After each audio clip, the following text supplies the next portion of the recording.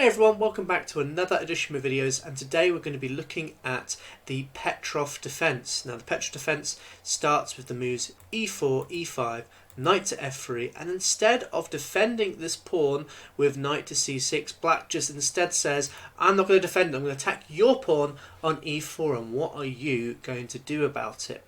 Now before I start this video, I just want to remind you, do make sure you like this video, subscribe to the channel if you haven't already for some more videos looking at this 1 e4 e5 repertoire guide. Okay, so the Petrov Defense, very formidable reputation. It's a hard defense to crack, and I'm not going to sit here and pretend to you what I'm presenting to you is some sort of refutation. There isn't one, okay? I'm actually convinced that with absolute best play, this line probably just still leads to equality for black. There are so many lines, and the Grandmasters have analysed this to death. Some great players on the black side of this, such as Fabiano Caruana, Kramnik, who have used this line really effectively as a way of getting a draw on the black side, and even actually sometimes winning it. Now, we're not playing at the Grandmaster level, is the good news. And the other good news is, at the club level, this is not as popular as one would imagine. It's actually the third most popular line on the Lichess database at only 12%. So you're not always going to play against this particular line. Furthermore, what I'm going to also say about this opening is it's not super liked on the black side, as it actually is extremely difficult for black to really get anything more than equality in this line. And now, what do I mean by this? Well, if, let's say I go back here, and let's say black plays something like a Sicilian defense. Now, this already creates an imbalance in the opening. And there's going to be some exchanges in the centre. There's going to be these different pawn structures where both players have chances to try and win this position. And if, let's say, white makes a small inaccuracy, black can really swing into white and hopefully win the game. But it's different with Petrov Defense. It's different because it's symmetrical, and actually even if black plays kind of like, I guess you can say, these really kind of normal, even slightly passive looking moves, black isn't really going to get much out of that. There's no way to really force a kind of winning refutation against it, because quite simply the position is so symmetrical, it's difficult for either side to have kind of a swing in that particular game. I hope that makes sense. So now the Petrov, I will say on the downside of it as well, the Petrov can unfortunately lead to a lot of draws.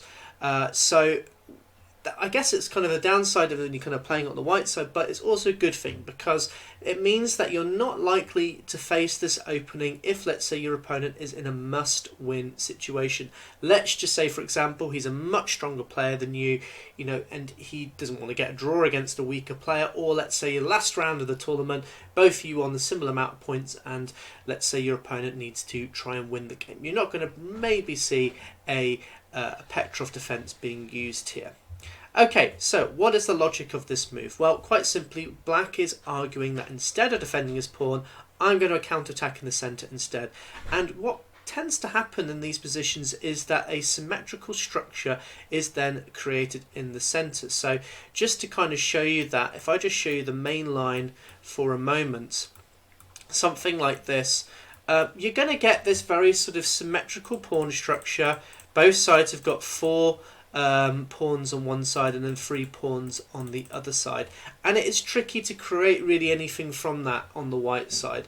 You're not going to get a huge stellar attack here, because black is just going to simply develop or simply defend, and he should do okay. So that's really the logic behind it. It just creates a very sort of equal position. Black is not trying to blow up white in the opening, and instead just play for very solid play and taking kind of like a safety approach to it. Now, my recommendation here when we're playing against this line, if we want to try and create some imbalances to try and maybe kind of go for the win, I'm going to recommend playing the move knight takes here on e5. I think this is the best way to create any good chances here. Now, there's already a few ways that black can go wrong in this position, but what I would just quickly have a look at is the move knight to c6. I've actually already covered this on another video. Check it out on my channel, my refutation to the dreaded Stafford Gambit. You don't need to worry about this line too much. White should secure a good edge here. But what other moves can black play here? Well, he's pretty much forced to play the move d6. Any other move doesn't work. There is a little, I've just drawn an arrow here. I'll talk about that line in just a sec. But d6 is pretty much the only move here. Other moves just simply will lead to white having a better position. So the first move you're probably thinking of is, why don't I just take here on e4? Seems to make sense. Well, why don't we play this? Because, well, you know, that was the whole point of playing knight to f6. I'm going to take the pawn in the centre. The problem here is now white can play the move queen to e2. And there's a huge issue for black. If he simply moves his knight back to f6, this will end in a disaster, because now knight to c6 is winning a queen. Well, what else can black do in this position? Well, another move is queen to e7. This actually has got a gambit name. It's known as the Kolmov Gambit. Kolmov actually was a very strong Soviet grandmaster, very aggressive player. So yeah, it could be interesting, but I don't really see the point of this gambit after queen takes on e4. Here now your opponent could play d6, trying to win back the knight with a similar pin, but I think I quite like the move, just playing the move d4, defending it. After d takes on e5, you don't want to take back with the queen, but take back with the pawn. And you're up a pawn, you've got a good position. This queen is still misplaced over here, and I think white is doing fine. Just to show example continuations, if let's say knight to c6, hitting the pawn, you can play bishop to b5. And I think all of this seems to do well for white. You just kind of develop normally. This is a nice move because you're now threatening maybe to come here to create some problems for black. If say castles, defend the pawn, and I don't know, if something like g5, then you've got some interesting ideas here. Even this sort of stuff doesn't work, as you can now take here, and you're then up a clear pawn in this position. So a pretty good line against that. d5 is another move that's been played a bit here to maybe try and hold on to this knight, but now you can just simply respond with d3, hitting this knight. If queen to e7, then you can take here, and after the queen takes back, you could just take this pawn quite safely. Notice here that the queen can never take this pawn on d5 because of the pin from the queen, so you're just going to simply end up being up a pawn in this position, and you're going to be doing absolutely fine. Another little sideline that I want to also explore instead of the move d6 is the move queen to e7. I think this move is actually not that bad, but it does create some practical issues for black. Namely, he's going to struggle to develop his bishop on f8. And so what I would say about queen to e7 is perhaps that this move maybe kind of loses a tempo for black, which is why it's not seen as being too good. Here, I think a simple recommendation is playing the move d4, defending our knight. If d6, we move our back to f3, and it looks as though that we're going to be losing a pawn, but you know, black doesn't want to take with stuff like this, as we just simply develop, and now we're actually threatening to play moves such as c3 to hit this queen away. So instead, knight takes here seems to be a good move. But against this, we just can develop. We're just going to play bishop to e2, and okay, you know, there's nothing groundbreaking here for white. We're not super far ahead, but black has got a few little issues. Namely, as I say, he wants to castle on the king's side, but because his queen's on that square, he's not going to be able to do that very quickly. And quite often, you'll end up just seeing a queenside castle instead, and then maybe developing this bishop later. So let's have a look at some more lines here, just to sort of show you a good continuation. Interestingly enough, castles long here has been played quite a bit, but actually this is an inaccuracy as well. Now you can play the move d5. And the problem here for black is if he just simply plays the move knight to e5, then you can take here on e5, bishop takes. There's a lot of exchanges in this line, but basically we're going to end up being up a whole piece. So this is a nice little trap in this particular line to be aware of. Okay, so coming back to our main line then, so d6, that's the move we're going to play, and here I've got a little I guess alternative that you might want to explore. I think a really fun line, but you know, when we're talking about sort of more serious attempts, then maybe I would not use this. But if you're thinking about using it in blitz, or bullet. Knight takes an f7 is really interesting. So there's the Cochrane Gambit. It's a dubious line because actually I think white can't super justify his loss of a knight for 2 pawns, but after king takes an f7 there's a very interesting imbalance here because the king on f7 is not super safe. We can take over the centre with d4 and there's lots of interesting lines from here. Unfortunately though, black has got some good responses to it, namely the main line c5 seems to do quite well against this, but I think it's an interesting line for you to have a look at and explore yourself and maybe win some easy games with it. I've had some fun with this line in the past. It's certainly not something I would say at the club level you should avoid. I think actually this could be quite a fun little weapon. But going back, a more serious response here. You're playing up against, if you're playing against a strong Petrov player who's seen the Cochrane Gambit before, they're going to be prepared for that. So playing knight to f3 is probably the best move here. Coming back, you're now allowing the knight to take back on e4. And here, a move like queen to e2 doesn't actually work here. It's actually fine for black to playing against this move because then you're actually just simply blocking in your bishop here on f1. So here, there's lots of moves that white has played over the years, but the move I quite like the most, and I think it gives white probably the best attacking chances. It scores the best on the Elite database as well at 52% versus 42%. Still, as I say, 10% draws here, so you're still going to face some draws even online. It's the move knight to c3, and I like this move. It's called Nimzowitsch Attack, and I think it's white's best attempt to try and create a bit of an imbalance in the position. And I think it's thematic with our opening repertoire. We're trying to get really far ahead in development, look to maybe create a big attack on the black side, and black does have some good responses against this, but I think white can stir up some controversy early on and create some early issues for black. Now, I also should mention that, with best play, black probably can achieve equality, but that's with best play. And, when I've been analysing the games, the master games, these are players on the black side like Fabiano Caruana, 2800 level grandmasters who are able to hold these positions. Your opponents aren't going to be Fabiano Caruana. I mean, they might be. Maybe they're playing a simultaneous or something, or you're lucky enough to play against them. But, your guys, the players you're up against are, the club players, the Class B, Class A, maybe expert level players. They're not going to know these lines. So you're going to be fine against it, and you're going to get a nice playable position on the white side. Okay, so what's the purpose of this? Well, here after the move knight takes on c3, you've doubled up your pawns, but a bit like in the Stafford Gambit, which we saw on the black side in another video, here the double pawns actually give you some dynamic pluses, being that you can get your bishops out very quickly. You're going to be looked to castle quite fast as well, and you're going to get ahead in development against black very fast. It's actually probably a bit of an improvement on the Stafford Gambit because you're not down a pawn, and actually you're up a tempo as well. So it's all the benefits of the Stafford Gambit, but you're you haven't got all the worry about some of the other things that the Stafford Gambit has, such as the fact that you're down a pawn and a few other things as well. So I think this is the best move that you can play against the Petrov Defense.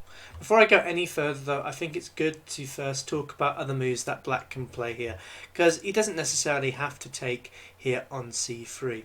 The good news is really the only move that is worth kind of talking about here that offers really anything is maybe knight to f6. And I hate to say it, there's not a huge amount you can do against this d4. And okay, annoyingly, black is going to get a very solid position here once again. I think really all you can do is just develop nicely and have an okay position. Bishop to d3, a bishop here, and you can castle here. And I think you've got no issues in this position. There's no worries for the white side. It's just not a particularly exciting looking position here. I think black has got maybe not really got equality, but I think he's got a very solid position that they could play against you. However, the other moves don't really work for black here, so he needs to be quite careful.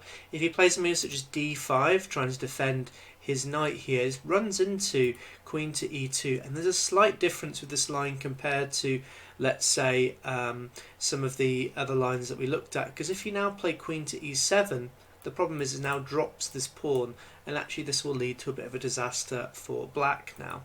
Other moves that don't really work here, if let's say bishop here comes to f5, then once again you can win it with d3, and the same goes with f5 as well. d3 comes in very powerfully, so you can't just simply defend with your pawn with d5. Queen to e7 has also been played a little bit on the database with, well, as you can imagine, a pretty terrible reputation. The problem with this move is it runs into knight to d5. It's a good move to remember this. As I say, it's different because the knight's on c3. It wasn't on that in some of the other lines that we looked at earlier, and now knight to d5 is just really powerful. You're going to get a very nice edge. If after queen to d7, now queen to e2, you've renewed that threat here, and well, it just looks really bad for black. He can't try and defend this knight with a move like this because he runs into this fork, and he's going to lose a knight in this position. So that can explain why knight takes on c3 is pretty much the only move here. Now after d takes on c3, there's a number of different options here that black can play for, but generally speaking, you're going to see the move bishop to e7. Why are you going to see this move the most? Well, it just makes sense. Black is looking to castle pretty quickly. They can play some other moves. They will tend to transpose into some other lines that you're probably going to end up seeing anyway. Here at this point, we can now play the move bishop to e3. This has the idea of playing our queen to d2, and we're going to follow it up with castling long. After you play these moves, our simple plan is to play h4, h5, and try and blow black out of the water. A very strong and powerful line to play against this particular opening setup. Okay, so let's take a look at some lines here that black can play here. Now, a mistake that's been played here from black, I think, is playing the move castles. And I can imagine a lot of your club players will just play automatically like this and go, oh great, I can now castle. The problem with this move is after queen to d2, white is going to create a lot of pressure on black. Now I will say that even despite all this pressure, black should do still fine in this position. He'll find ways to try and defend it. Moves like knight to d7 are nice because you can reroute this knight over to f6 at some point. But here we're just going to castle long, and after a move such as c6, I like this move. If you see c6 playing, I think this is really important and instructive, is playing the move instead of h4 here, but I quite like the move king to b1. What this does is it basically gets your king into a safer position, and it deals with this potential tempo move of queen to a5. But just going back, in the game that we're going to be looking at though, here, this was Magnus Carlsen playing on the white side against Levan Aronian. Magnus Carlsen actually demonstrates how to orchestrate a really nice attack against the Petrov Defense. Here he plays the move h4. It keeps with our thematic plan, pushing h4, h6, h5, h6, and then creating some problems for black. It's very difficult to deal with these pressures. Here in the game, Levan played d5, trying to take over some of the centre, and at this point we now see the bishop now developing to d3, so creating some pressure down this king's side. Rook to e8 was then played, rook to e1, knight to f6, knight to g5. Black-white is trying to get on with his attack now. c5 was then played, and I like this next move from Magnus. It's very instructive.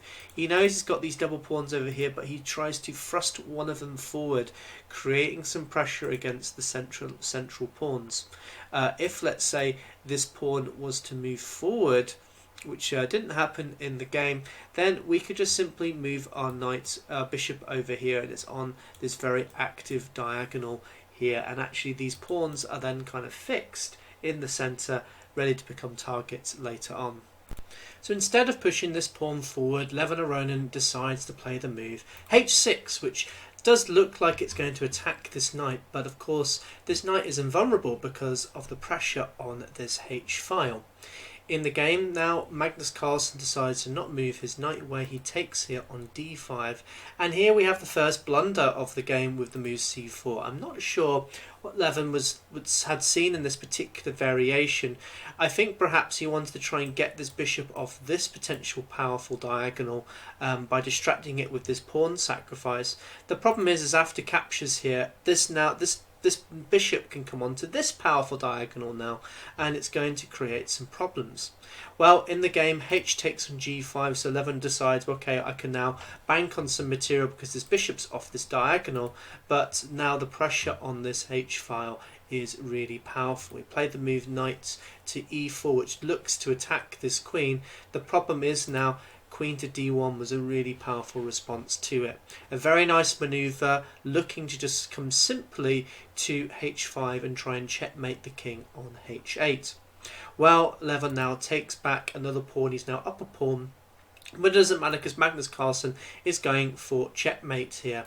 There is this capture to try and get rid of some material, so Levin does try to hold on in this position. A good rule of thumb, by the way, if you're defending, always look for exchanges. Here rook takes an e3. He's almost ready to come over here as well, but also potentially guarding this escape area later in the game.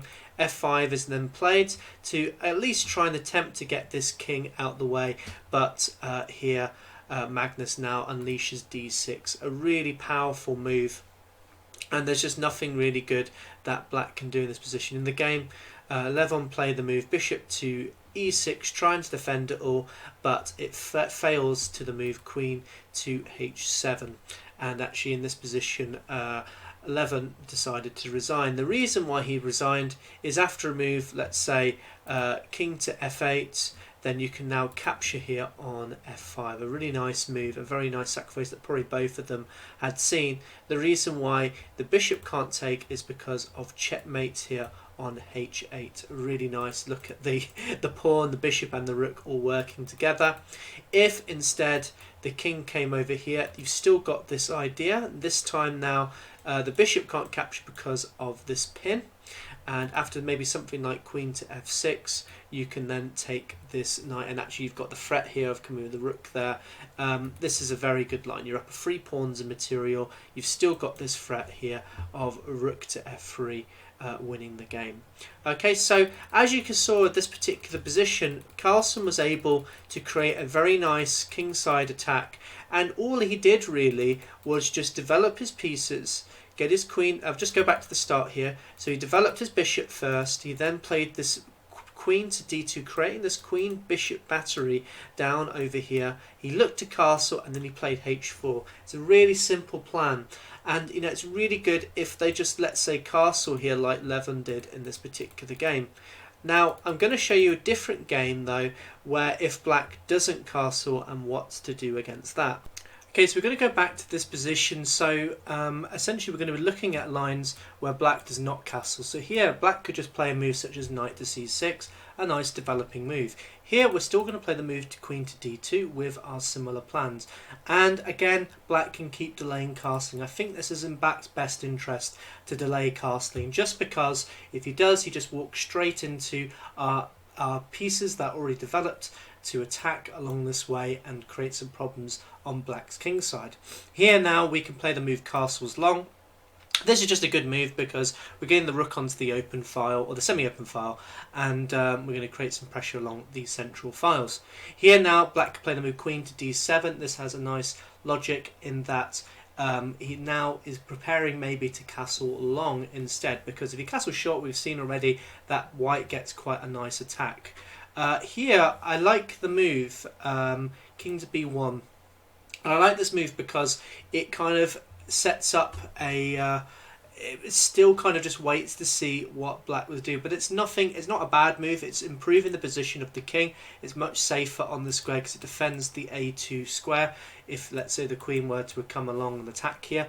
So there's nothing actually wrong with this particular move. Now here if they castle, then we've got our same attack with h4, h5, and we're going to try and blow black out of the water. But here, if let's say they castle long, which I think is the the best move here. We have still some pleasant response. You can still play h4 here, and this is absolutely fine. I will show you quickly this game that was played. This was our blitz game, not a great game, but white was able to create some pressure even after h4. But here, I think a move that is very strong is the move, oops, not that move, bishop to b5. And why I like this move so much is that it's now creating a threat of just simply d4, attacking this knight twice. And there's not many good ways of dealing with this particular threat. What's been played the most online, nearly 76% of the time, is the move a6. And what's nice about this for white is now you can just play bishop to a4, and after b5, black has actually weakened his queenside somewhat, so you can create some pressure against these weakened pawns. Here, of course, you have to play the move bishop to b3, and okay, you do have your own issues with your pawn structure here, but I would argue that maybe black's position is a little bit more unsafe than ours. An example continuation could go maybe bishop to f6, trying to get onto this active diagonal, a bit more active than e7. Here the move knight to d4 once again, you can play this move, and after, let's say, captures, you can take here, and actually white's got a very pleasant position after these exchanges. You know, it looks as though that maybe black was trying to equalise by doing these exchanges, but actually with the queen on this very active square, it's controlling quite a lot of nice squares in this position. f6 could be played, but then queen to a7 is pretty nasty to have to meet. Okay, queen to c6 could then be played, but you can then get your rooks onto these open files.